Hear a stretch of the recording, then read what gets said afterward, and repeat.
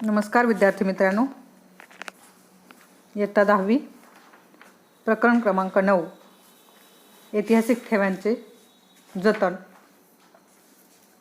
त्याच्यामधला भारतातील संग्रहालय हा मुद्दा आपण अभ्यासत होतो.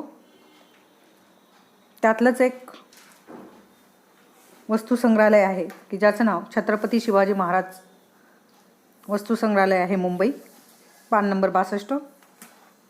इसवी सन 1904 साली मुंबईतील काही प्रतिष्ठित नागरिकांनी एकत्र येऊन प्रिन्स ऑफ वेल्सच्या भारत भेटीच्या स्मरणार्थ एक वस्तू संग्रहालय उभारण्याचा निर्णय घेतला. किती साली? 1904 साली मुंबईतील काही प्रतिष्ठित नागरिकांनी एकत्र येऊन प्रिन्स ऑफ वेल्सच्या भारत भेटीच्या स्मरणार्थ एक वस्तू संग्रहालय उभारण्याचा निर्णय घेतला. इसवी सन 1905च्या नोव्हेंबर महिन्यात या संग्रहालयाच्या इमारतीची पायाभरणी झाली आणि संग्रहालयाचे नाव Prince of Wales Museum of Western India असे ठेवण्यात आले किंवा निश्चित करण्यात आले. इसवी सन 1998 मध्ये संग्रहालयाचे नाव बदलून छत्रपती शिवाजी महाराज वस्तू संग्रहालय असं ठेवण्यात आलं. बघा म्हणजे काय की आधी 1904 मध्ये हे जे संग्रहालय आहे तर याची प्रतिष्ठित नागरिकांनी एकत्र येऊन स्थापना केली आणि वेल्स जो आहे या वेल्सच्या भारत भेटीच्या स्मरणार्थ हे संग्रहालय उभारण्याचा निर्णय त्यावेळेसच्या प्रतिष्ठित नागरिकांनी घेतला. इसवी सन 1905च्या नोव्हेंबर महिन्यात या संग्रहालयाच्या इमारतीची पायाभरणी झाली आणि संग्रहालयाचे नाव Prince of Wales Museum of Western India असे निश्चित करण्यात आले आणि त्यानंतर 1998 मध्ये संग्रहालयाचे नाव बदलून छत्रपती शिवाजी महाराज वस्तू संग्रहालय असे ठेवण्यात आले. म्हणजे 1904 लक्षात कसं ठेवायचं तर 1904 वेल्सची भारत भेट त्याच्या स्मरणार्थ वस्तू संग्रहालय, 1905 Prince of Wales Museum of Western India आणि 1998 मध्ये त्याचं नाव बदलून या संग्रहालयाचं नाव बदलून छत्रपती शिवाजी महाराज वस्तू संग्रहालय असं ठेवण्यात आलं. संग्रहालयाची वास्तू इंडो-गोथिक शैलीत बांधलेली आहे आणि तिला मुंबईतील शहरातील पहिल्या प्रतीची सांस्कृतिक वारसा इमारत असा दर्जा देण्यात आलेला आहे.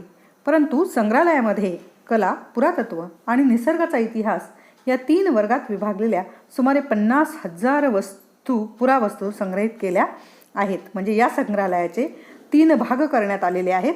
पहिला भाग संग्रहालयात कला, दुसरा भाग पुरातत्व आणि तिसरा भाग इतिहास अशा 3 वर्गात विभागलेल्या सुमारे 50,000 वस्तू इथं संग्रहित केलेल्या आहेत. आता कृतीपत्रिकेमध्ये जर तुम्हाला विचारलं की संग्रहालयातील विभागलेल्या 3 वर्गात विभागलेल्या गेलेल्या वस्तू तर काय 3 विभाग त्याचे केलेले आहेत किंवा 3 विभागावर प्रश्न जर विचारला तर पहिला विभाग आहे कला, दुसरा विभाग आहे पुरातत्व आणि तिसरा विभाग आहे निसर्गाचा इतिहास.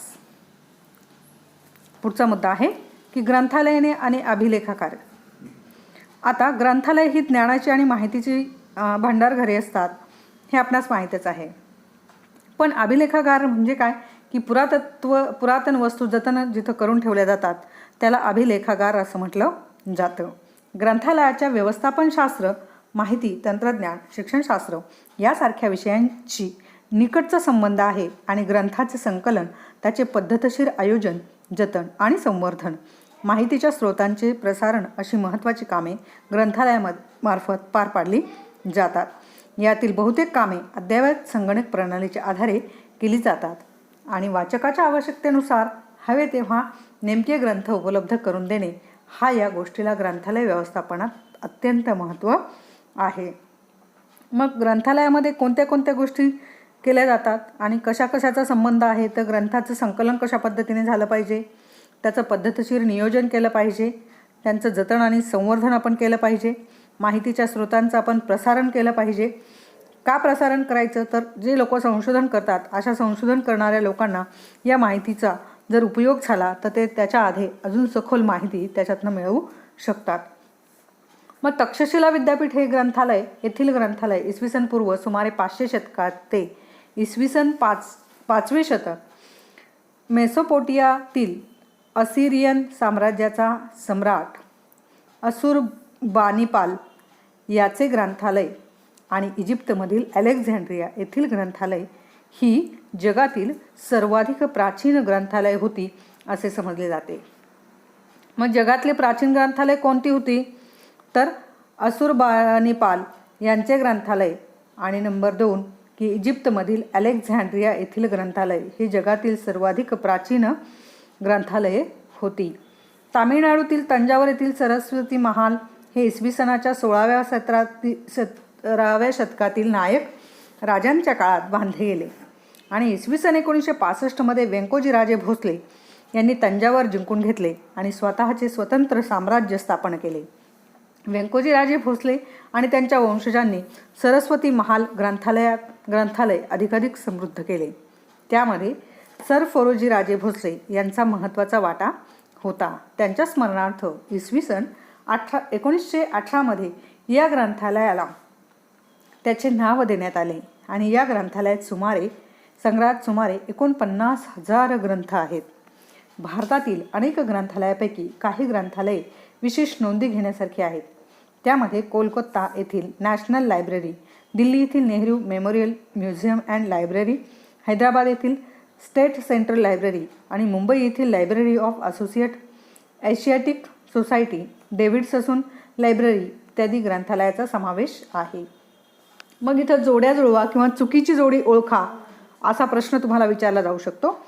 तर Kolkata national library, Nehru memorial museum and library, Hyderabad येथील स्टेट सेंट्रल लायब्ररी, मुंबई येथील लायब्ररी ऑफ एशियाटिक सोसायटी आणि डेव्हिड ससून लायब्ररी अशा पद्धतीने या ग्रंथालये त्या ठिकाणी प्रसिद्ध आहेत.